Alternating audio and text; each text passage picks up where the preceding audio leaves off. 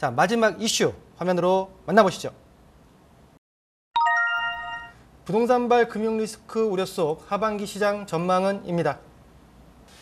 최근 여러 여론들을 확인해 보면 향후 금리는 내리고 집값이 오를 것으로 본 소비자들이 늘어나고 있습니다. 자, 하반기 집값 상승 여론이 형성되고 있는데요. 자, 정 의원님, 네. 심리적으로 지금 심리 지표가 하반기 내년 시장에서 집값이 상승할 거다라고 하는 많은 분들의 어떤 심리적인 지표가 지금 나타나고 있습니다. 네. 과연 이 심리적인 작용이 그대로 움직일 거라고 어떻게 예상하십니까? 그대로 움직이긴 좀 힘들 것으로 생각하고 있습니다. 항상 그 우리가 예상치 못한 변수가 시장에는 항상 좀 도사리고 있고요. 지금도 이제 많은 상승과 하락을 이제 야기할 수 있는 여러 요인들이 있는데요. 말씀해주신 이제 금리에 대한 거 그리고 심리가 회복되고 있다는 것은 이제 상승 쪽의 요인으로 작용을 하고 있는 것이고. 조금 전에 우리가 이슈에서 다뤘던 이제 역전세라든지 전세 시장 불안정은 이제 하락 요인이 좀 있는 것이죠. 저는 그 모든 이제 우리가 예상할 수 있는 요인들을 이제 종합적으로 판단했을 때는 상반기 때 이어졌던 이제 급격한 하락 이후의 반등세 이런 흐름은 어느 정도 유지될 것으로는 보고 있습니다. 그렇지만 그 이제 매매 시장을 떠받들고 있는 이제 실사용 가치인 전세 시장이 그 낙폭이 좀 더 컸다라는 의미에서 상승폭은 좀 굉장히 제한적일 수 있는 이제 제약 요건으로서 그 작용할 것으로 좀 생각이 되어서 그 강보합 정도의 지역마다 차이는 있겠지만 흐름은 유지되되 상승은 좀 제한적인 그런 흐름으로 좀 하반기 시장을 내다보고 있습니다. 자, 그런 와중에서도 서울 집값은 반전이 시작됐습니다. 특히 서울 일부 지역의 강남 4구나 여러 단지들을 거론하기는 좀 그렇고 집값이 이제 반전이 예전 가격으로 올라가는 단지들이 굉장히 많이 나타나고 있는데요. 자, 강남 4구나 마용성 등이 상승장을 주도할 것이라는 분석이 솔솔 지금 나오고 있는 상태입니다. 자, 그렇지만 상대적으로 수도권 외곽 지역이나 특히 이제 그 교통 호재가 없는 지역들, 큰 지역이 없는 외곽 지역이나 지방의 부동산 시장은 아직까지도 굉장히 어려운 상태고요.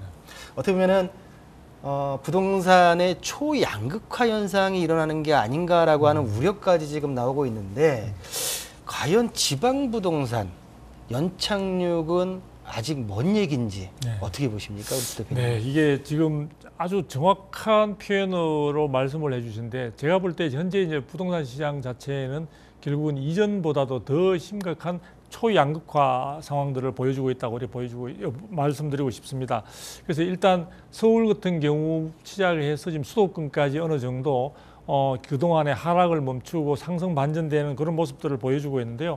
물론 일각에서는 서울이라 하더라도 지금 강북 지역, 특정 지역들 같은 경우에서는 여전히 지금 하락세가 지속이 되고 있으니까 이런 부분들을 상승 반전으로 너무 급하게 좀 평가하는 것이 아닌가라고 이야기를 하는데요. 제가 생각하는 주택시장의 반전은 이제는 모든 경우도 모든 지역들이 다 같이 동반해서 상승하는 모습을 보여준다면 그것은 상승 전환하는 것이 아니라 화랑세를 보이고 있는 과열되는 양상의 시장이라고 볼 수 있을 것 같습니다. 그래서 지방의 경우에도 시간이 걸리겠지만 어느 정도 시간이 지난 즉 한 내년 정도에 있어서는 충분히 현재의 상황에서는 탈출하는 그런 모습을 우리가 기대해 볼 수도 있을 것 같다. 그런 부분들은 지금 현재에서도 미분양이 크게 증가하지 않는 부분에 대해서도 우리가 연결지어서 생각해 볼 수 있지 않을까 싶습니다. 자, 지금 쭉 긴 시간을 우리 두 전문가님과 얘기했는데 가운데서 제가 느꼈던 두 분의 기조를 보게 되면 이제 마지막 질문을 들어가기 위한 정리라고 보시면 됩니다. 우리 두 대표님 같은 경우에는 전반적인 이제 거래량의 상승 그리고 공급 위축 등으로 인해서 이제는 상승장으로 갈 가능성이 높다라고 하는 지금 의견의 기조시고요. 우리 정 위원님 같은 경우에는 전반적으로 긍정적인 시그널은 있지만은 아직 투자 수요까지 뒷받침하기에는 역부족인 시장이다라고 하는 의견이세요. 자, 그러면 이제 마지막 질문으로 들어가겠습니다. 우리 정 의원님부터 드릴게요. 자, 그렇다고 하게 되면 실수요자, 특히 최근에 그 3년 전 아파트의 가격대로 무순위 주점 나온 아파트가 93만 명이 한 채 나왔는데 93만 명이 몰렸습니다. 가격이에요. 네. 결국 얼마나 싸냐에 따라서 저렴하냐에 따라서 실수요자들이 지금 붙고 있습니다. 네. 그러면 실수요자 입장에서 눈여겨볼 만한 가격 안정화에 대한 시그널이 뭘까 하고요. 네. 정리를 들어가서 우리가 지금 현재 전세 시장, 매매 시장을 떠받치고 있는 전세 시장의 전망과 함께 네. 과연 하반기에 부동산의 시장은 네. 어떨지까지 네. 한번 그 내용을 요약해서 한번 말씀해 주시죠. 알겠습니다. 일단 그 저점을 확실하게 몇 월 며칠이라고 알 수 있으면 너무 좋겠죠. 그런데 우리가 그 시장도 움직이는 생물이다 보니 그때그때 또 상황에 따라서 다른 변수가 들어오니까 이거 참 예측하기가 쉬운 일은 아닌데요.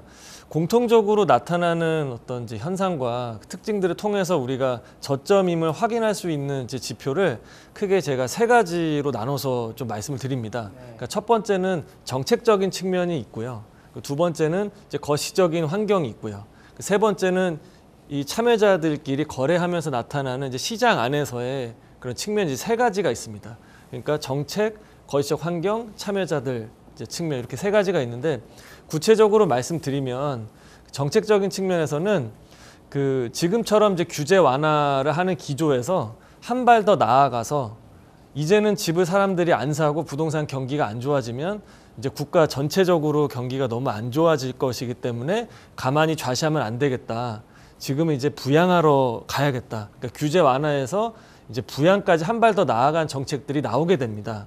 그게 이제 정부에서도 인지하는 저점이라고 보는 거죠. 예를 들면 예전에 그 조특법 99조에서 다주택자라 하더라도 미분양 주택을 받게 되면 이제 5년 동안 발생되는 차익에 대해서 양도세 그런 거는 집을 사라는 시그널이거든요. 그렇죠. 그러니까 아직까지는 정부 정책에서는 1.3 대책을 통해서 연착륙이 어느 정도 성공했다라고 판단하는 것 같아요. 그러니까 그 추가적인 어떤 저점에 대한 정책들은 나오진 않았습니다.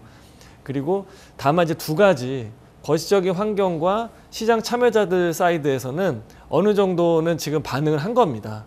그래서 금리도 사실 금리 안에 차지하는 그 물가를 잡기 위한 이제 금리 인상을 하는 건데요. 물가에서 차지하는 비중에서 전세 가격이 굉장히 높은 비중을 차지하고 있습니다. 근데 전세 가격이 많이 잡혔다라는 얘기는 금리 인상을 추가로 안 할 수 있다라는 가능성도 높아진다는 얘기가 되는 거라서 금리가 인하까지는 언제가 될지 모르겠지만 인상 기조가 곧 머지 않았다라고 하면은 사실 심리 진작에 굉장히 좀 도움이 될 것으로 생각이 되고 있고요. 네, 지금 그렇게 참여자들이 반응하는 것이고 마지막 이제 거래량은 그 거래가 상승되는 기간이 반기 이상 지속되는 거는 굉장히 좀 그 좋은 시그널로 볼 수가 있고요. 상승 측면에서는. 네. 그리고 양이 늘어나는 것도 좋은 시그널이지만 그 절대 볼륨이 늘어나지 않기 때문에 우리가 확실하게 안심할 수 있는 저점은 아니다라는 어떤 이제 경각심을 항상 말씀을 좀 드리는 겁니다. 그래서 이렇게 세 가지를 이제 가격 안정에 대한 시그널로서 말씀을 드렸고요. 전세 시장은 당분간 약세는 피하기는 좀 어려울 것입니다. 왜 그러냐면 그 계약갱신이 보통 이제 2년 주기로 돌아오는데 직전이 이제 2021년 하반기부터 2022년 상반기거든요. 이때가 이제 전세 가격이 이제 피크를 찍었을 때이기 때문에 대부분은 지금 연장을 해야 되는 재계약이거나 신규 계약이라 하더라도 이전보다 낮은 가격으로 거래를 해야 될 것인데 이 하방지 지선 역할을 하고 있는 전세 가격이 매매 가격을 밀어 올리기가 상당히 좀 어려울 것이다. 예, 그렇기 때문에 당분간은 쉽지 않을 것이고 이로 인해서 그 정책 효과로 인해서 매매 가격은 조금 심리가 살아나겠지만 상승폭은 좀 제한적일 수밖에 없는 이제 그런 이제 보합 또는 혼조세 지역별로 좀 강보합과 약보합이 나타나는 이제 그런 시장으로 좀 요약해서 말씀을 좀 드릴 수가 있을 것 같고 정부가 원하는 방향이 약보합과 강보합이 아니겠습니까? 예, 그 사이 어딘가 이제 어디서 변동성이 어딘가에서. 낮은 예. 그렇죠. 안정적인 걸 가장 원하겠죠. 알겠습니다. 그 가격적인 안정성의 시그널로서 정책, 환경, 참여자들에 대해서 네. 나눠서 말씀해 주셨고요. 당분간 전세 시장의 하락장은 불가피하다라고 말씀하시면서 매매 시장도 현재로서는 상승장보다는 네. 보합세, 네, 보합세. 평균적인 보합세로 갈 가능성이 높다라고 네. 전망을 해주셨습니다. 자, 우리 두 대표님도 이 내용에 준해가지고 말씀을 해주시죠. 네, 그래서 저는 이게 이제 가격 안정에 대한 시그널을 이제 언급을 하셨기 때문에 이제 안정을 위해서 안정이란 말에서 굉장히 사람들은 굉장히 긍정적인 이미지만 많이 받고 있는 것 같아요. 그런데 이제 부동산 시장의 주택과 관련해서 투자를 생각하시거나 또 뭐 투기적인 그런 의도를 갖고 계신 분들한테는 이 안정이라는 용어 자체가 굉장히 답답한 그런 느낌을 준다고 보죠. 고구마를 먹을 그렇죠. 때처럼. 예. 그렇기 때문에 저는 이런 측면에서 볼 때 지금 실수요자 혹은 어떤 많은 국민들이나 서민들의 입장에서 부동산 시장에 대한 어떤 향후 전망을 제가 좀 말씀을 드리겠습니다. 우리가 시장을 보는 데 있어서 저는 여전히 거래량과 실질적으로 이제 공급이라는 그 측면을 중심으로 해서 보게 되는데요.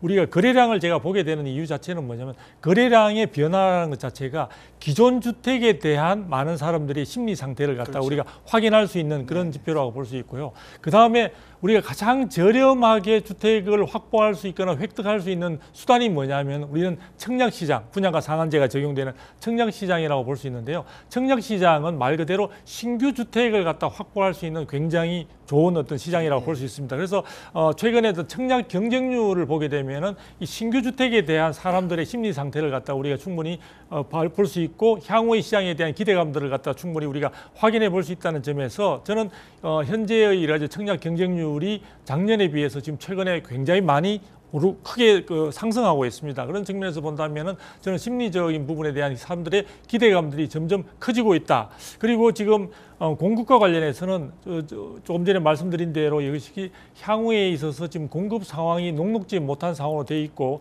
지금 이 부분과 관련해서 지금 택지 개발이라는 게 어느 정도 지금 마무리된 상태에서 실제 도심지 내에 주택 공급을 담당하는 정규 사업 현장들, 즉 우리가 재건축이나 재개발 현장에 있어서 공급 상황들은 지금 굉장히 어려운 상황으로 지금 가고 있는 측면들이 있습니다. 그래서 원자재 가격 부분이나 건설 인건비 등으로 인해서 정부도 그 부분들을 갖다 충분히 반영을 시키지 않을 수 없는 상황이다 보니까 최근에 분양가 상한제가 적용되고 있음에도 불구하고 분양가 자체가 지금 굉장히 크게 오르고 있는 그런 부분도 향후에 있어서 시장에서는 상당히 가격 부분과 관련해서 상승으로 갈 수밖에 없는 압박 요인으로 작용하지 않을까. 그리고 또 하나 우리가 공급과 관련해서 우리 예의주시할 필요가 있는 것은요.